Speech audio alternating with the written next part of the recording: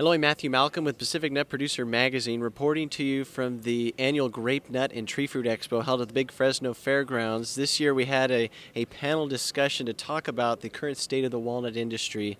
One of our featured speakers was Mike Poindexter from Poindexter Nut Company. And, obviously you follow the market really closely because this is your business. This is what you do. What can you tell us about the current economics of the California walnut industry? Well, we've got a smaller supply this year, and prices have gone up substantially from last year. Prices last year never should have been as low as they were, but that was affected by not only the tariffs, but the perception of the market and what the tariffs would do to it. Markets are determined by supply and demand and perception of supply and demand. And the customers had this perception that walnut prices would be cheaper because of the tariffs. But the reality is that China was only buying 4% of the California walnut crop before the tariffs even kicked in. And then that dropped down to 3%. Okay, but China only paid a tariff on about a third of what they bought from California. 2/3 of it would sneak into the country through backdoor channels in Vietnam, Thailand, and through the Hong Kong port and other ways to get around paying the tariffs. So really 1% of the California walnut crop was affected by that tariff in China. The Chinese drop in volume for shipments has not been driven by tariffs. It's been driven by them having a substantially increased supply of their own domestic production. That's what's caused the issues in China. But that was 4% of the California crop went there. Then you had 2% of the crop went into India. India had a 30% tariff before the trade wars hit. Then they moved their base rate up to 100%. That's not a retaliatory tariff. That's just protectionist tariffs of them saying we need to protect our own industry. We're going to raise tariffs on walnuts from everywhere in the world by 100%. So a $1 walnut becomes a $2 walnut. Then they tacked on a 20% tariff in retaliation on top of that. India was buying 2% of the California crop. But that was a real increase in tariffs.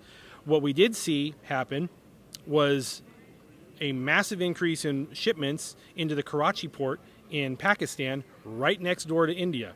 And they'd go into Karachi port, and then they go up into Lahore, and then they go across into Kashmir and go right back into the Indian market, circumventing all of those tariffs. Now that there are hostilities between India and Pakistan, well, they've always been hostilities, but they've ratcheted up. They've closed that border down, and so we're not able to see those walnuts get through Pakistan into India. And now we're seeing a drop in volume in India. Even when they had that 100% tariff, we were shipping more into the collective volume of India and Pakistan together. So when we look at India, we would look at India and Pakistan together because so many of the Pakistan shipments were actually Indian shipments going through there. Just like when we look at China, Thailand, Vietnam, and Hong Kong all together for Greater China. And then finally, the last of those three tariff issues we had was Turkey, which was buying 7% of the California crop. So a substantial player there. And they tacked on 20% in retaliatory tariffs. But they had just reduced their tariff from 43% to 15%. Then they tacked on 20% in tariffs. So we went from 43 to 35. So is that a real big problem on the tariffs? The issue we have with Turkey is that their Turkish lira devalued by almost 50%. That was an economic problem for them.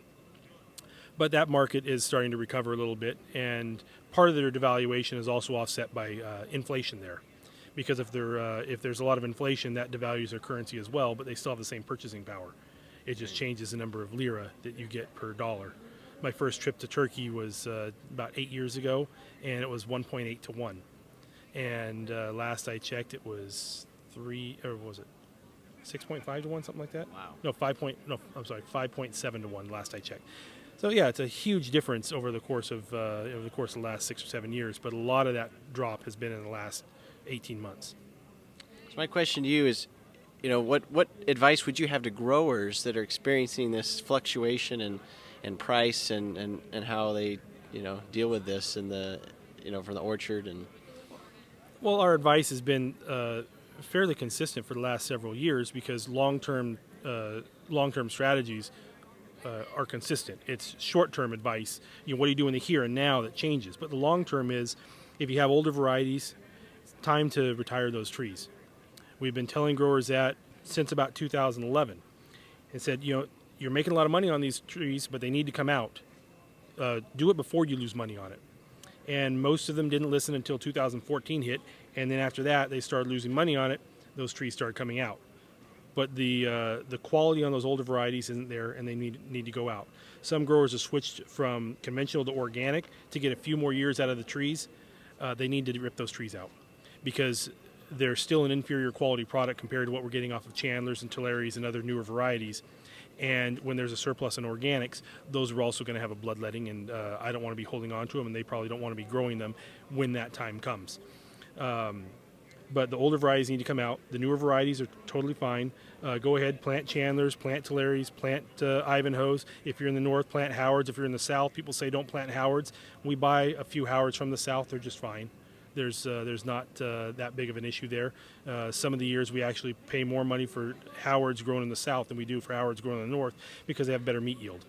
So it can fluctuate, but they've got to grow a good quality crop. The quality of the crop is going to matter because we're competing against other countries, and the only thing that separates us from most of them is having better quality. And if there is a surplus, you don't want to be the guy holding on to poor quality because you can't give it away when the product is cheap.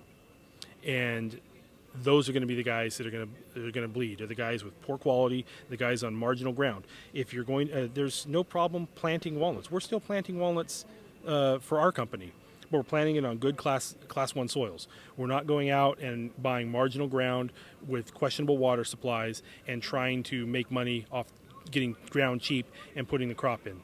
If you don't have good ground, you don't have good water, don't plant a permanent crop on it, because that's going to come to bite you. My grandfather told my dad when he first got into farming, only buy good ground because it hurts you only one time. You'll cry once when you buy good ground. You buy bad ground, you'll cry year after year. And that advice is good, sound advice it's worth keeping all the time. But the walnut industry, I think there's a lot of health for the walnut industry going forward, but we're not going to see a return to those crazy prices of $1.80 back to the growers on an in-shell basis. So don't go out and pay $45,000 an acre for an existing walnut orchard, and don't go out and buy ground for $25,000 if you don't have the money to pay for it, and try and finance that all. Because if you get too much debt, there may be some years where you may not make as much as you need for your debt service. So don't get overextended, and make sure you're only on good ground, and walnuts will still be a good profitable crop to farm. Great. Well, thank you, Mike. Hopefully we can bring some more confidence back into the industry as we get these facts straight, like you explained, like the trade situation and such. But read more about these things in Pacific Nut Producer Magazine. I'm Matthew Malcolm, CaliforniaAgNet.com.